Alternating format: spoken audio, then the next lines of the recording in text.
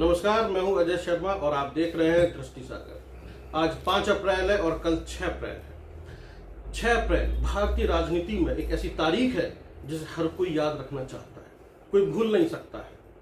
एक ऐसी पार्टी जो आज पूरी दुनिया में चर्चा का विषय बनी हुई है। जी हाँ, मैं बात कर रहा हूं भारतीय जनता पार्टी की। 6 अप्रैल 1980 को दिल्ली के कोटला मैदान में कार्यकर्ताओं की एक मीटिंग होती है। उस कार्यकर्ताओं की मीटिंग में भारतीय जनता पार्टी की नींव पड़ती है, स्थापना होती है और उसके नेता चुने जाते हैं सर्वसम्मति से पूर्व प्रधानमंत्री, स्वर्गीय पूर्व प्रधानमंत्री श्री अटल बिहारी वाजपेयी। इन्हीं सब विषयों पर बातचीत करने के लिए भारतीय जनता पार्टी को जिन्होंने करीब से देखा, जनसंघ को करीब से देखा, बाल्यकाल से जनसंघ से जुड़ गए थे, मेरे साथ में मौजूद हैं अशोक गोयल जी। अशोक गोयल जी, आपने जनसंघ को भी देखा, संघ और सारी, और आज भारतीय जनता पार्टी, यानी कि स्वर्गीय अटल बिहारी वाजपेयी से लेकर प्रधानमंत्री नरेंद्र मोदी तक का सफर कैसे देखते हैं और क्या क्या चल रहा है दिमाग में आपके? आदरणीय शर्मा जी, मैं बराबर के छोटे से कस्बे पिलखुआ हैंडलूम नगरी का रहने वाला और 1953 में ही मेरा वहाँ जन्म हुआ था। 9-10 साल की उम्र से बाल स्वयंसेवक के नाते जी मुझे जनसंघ के लिए, चुनाव के लिए पोस्टर चिपकाने में, कुछ और जाने में कहीं ना कहीं भेजा जाता था, तो बड़ी रुचि से मैं उस कार्य में लगता था। मुझे याद पड़ता है कि सन 66 में गौ रक्षा के लिए आंदोलन हुआ। 7 नवंबर 1966 को पूज्य पिताजी की उंगली पकड़े हुए मैं भी वोट क्लब पर, जहाँ पर बाद में जब रामेश्वरानंद जी बोलने खड़े हुए, तो उसके बाद में सरकार द्वारा उत्पीड़न का कार्य शुरू हुआ। उस समय नारा था इंदिरा नंदा कामराज, गौ हत्या के 3 दरार। तो वो लग रहा था बड़ी संख्या में, भयंकर संख्या में लोग थे और 66 के बाद में राजनीतिक परिवर्तन भी आया जी। 1967 में लोकसभा के चुनाव हुए और दिल्ली में हमारे 7 में से 6 सांसद, आदरणीय राम गोपाल जी शॉल वाले, विजय कुमार मल्होत्रा, समझे, इस तरीके से 6 सांसद वहाँ हमारे जीते। ठीक है। तो मुझे वो सब अपने संज्ञान में है। 13-14 साल के उम्र में भी रुचि थी, तो बराबर लगा रहता था और धीरे धीरे बढ़ते बढ़ते 1977 में जनसंघ ने थोड़ा सा बढ़ाव शुरू हुआ। प्रकाशवीर शास्त्री जी यहाँ से चुनाव जीते और उससे पूर्व की जो घटनाएं उसको बताए बगैर काम नहीं चलेगा। 1971 में बांग्लादेश से युद्ध हुआ। उस समय बांग्लादेश की फतेह हमने की, 2 टुकड़े उनके हुए, वहाँ की सेना ने आत्मसमर्पण किया जी।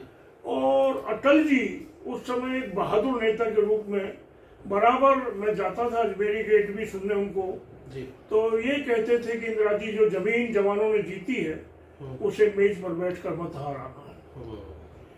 1967 में 1966 में 10 जनवरी को आदरणीय शास्त्री जी ताशकंद से मृत शरीर उनका लौटा।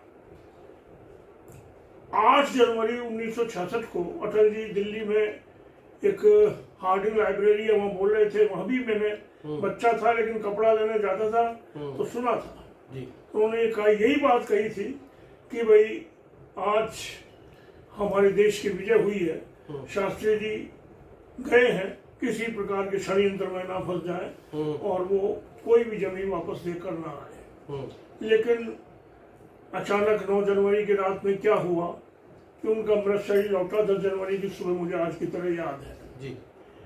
1975 में एक बड़ा आंदोलन, 1971 में इंदिरा जी प्रधानमंत्री थी, इमरजेंसी लगी जी 1975 में। उससे पहले अनेकों प्रकार से जी ऐसे कानून आए जी जो अप्रिय थे।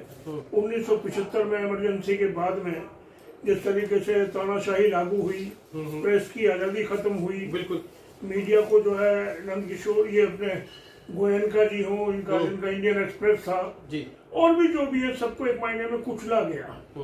वो सब दृश्य याद आते हैं।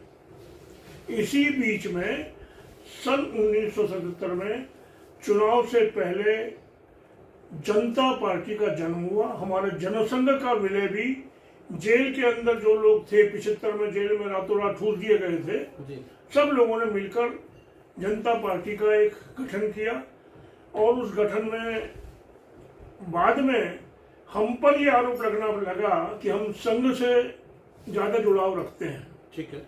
और हम पर दोहरी सदस्यता का आरोप लगने लगा।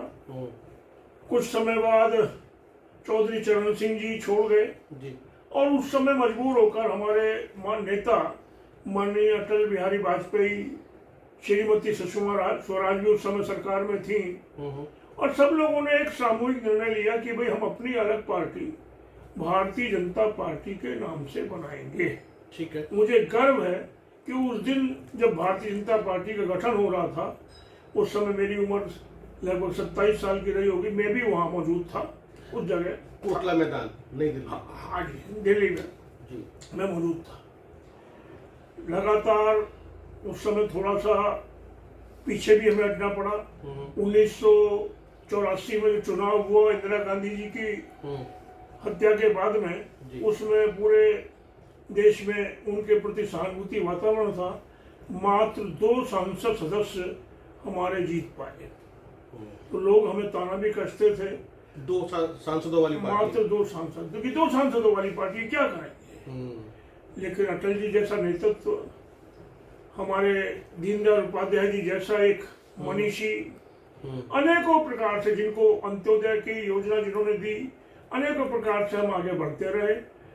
और उसके बाद में 1996 में हमारी संभवतः 13 दिन की सरकार बनी, उसके बाद 13 महीने की सरकार बनी, उसके बाद 6 साल की सरकार बनी और 2004 में अटल जी प्रधानमंत्री थे। लेकिन ये जो 7-8 साल का समय है, ये देश के निर्माण में लगा।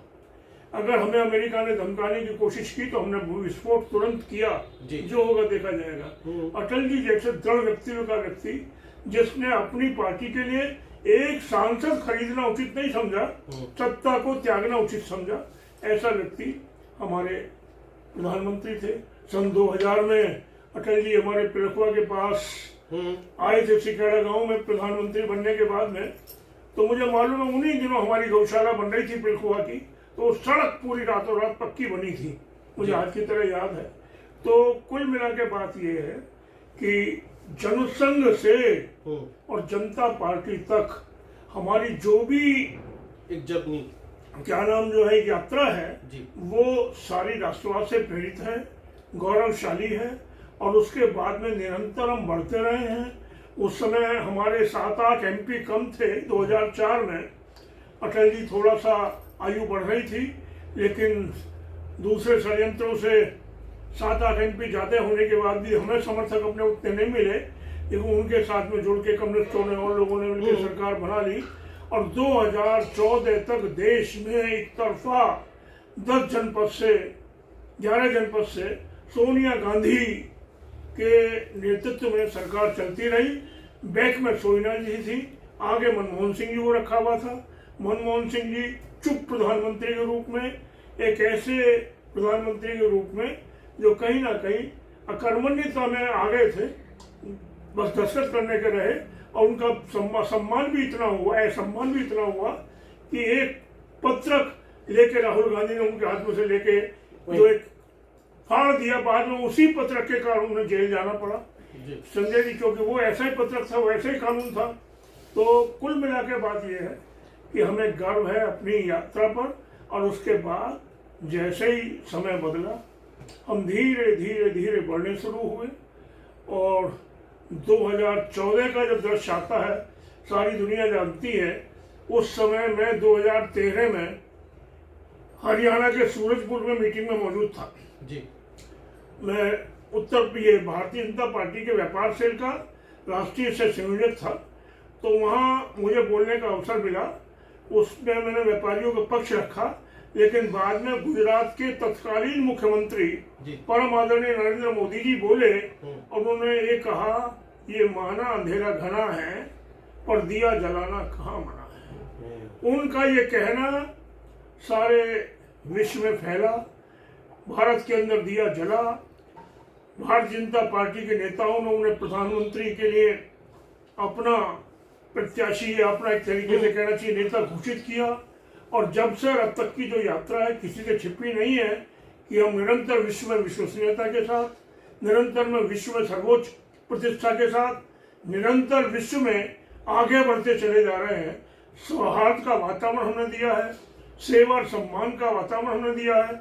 26 सितंबर 2014 को माननीय मोदी जी ने सारी दुनिया की पंचायत को संबोधित करते हुए भारत के बारे में बताया, यहाँ की मातृशक्ति के बारे में बताया, यहाँ के किसानों की उत्पादन क्षमता के बारे में बताया, युवाओं की तकनीकी क्षमता के बारे में बताया, यहाँ के बाजारों की क्रय क्षमता के बारे में बताया।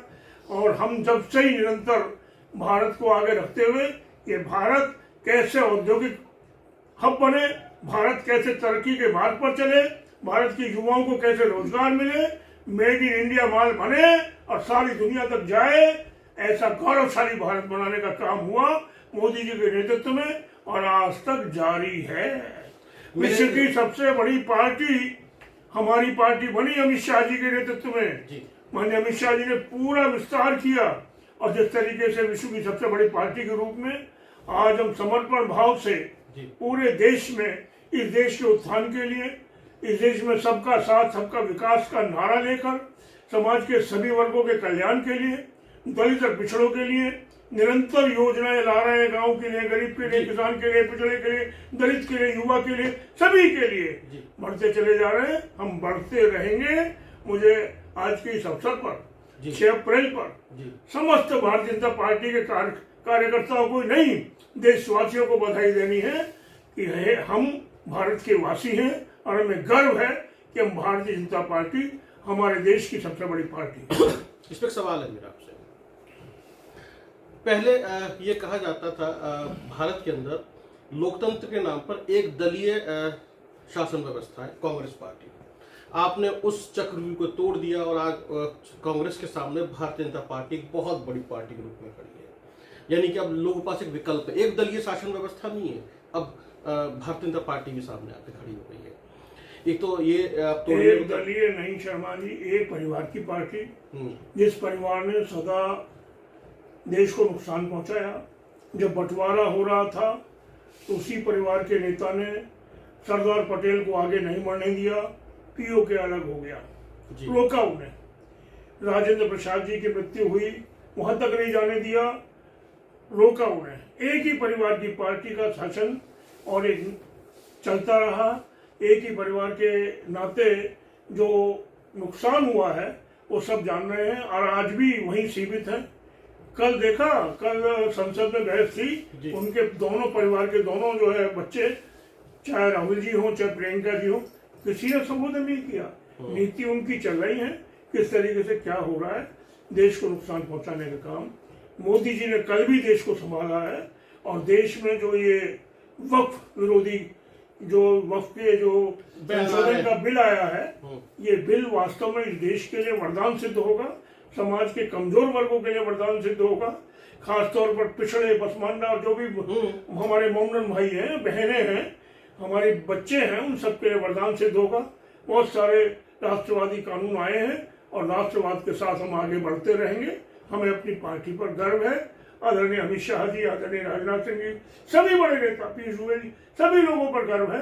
उत्तर प्रदेश में माननीय योगी जी ने उत्तर प्रदेश को जो सुरक्षा की दिशा दी है, सम्मान की जो दिशा दी है, वो दिशा वंदनीय है।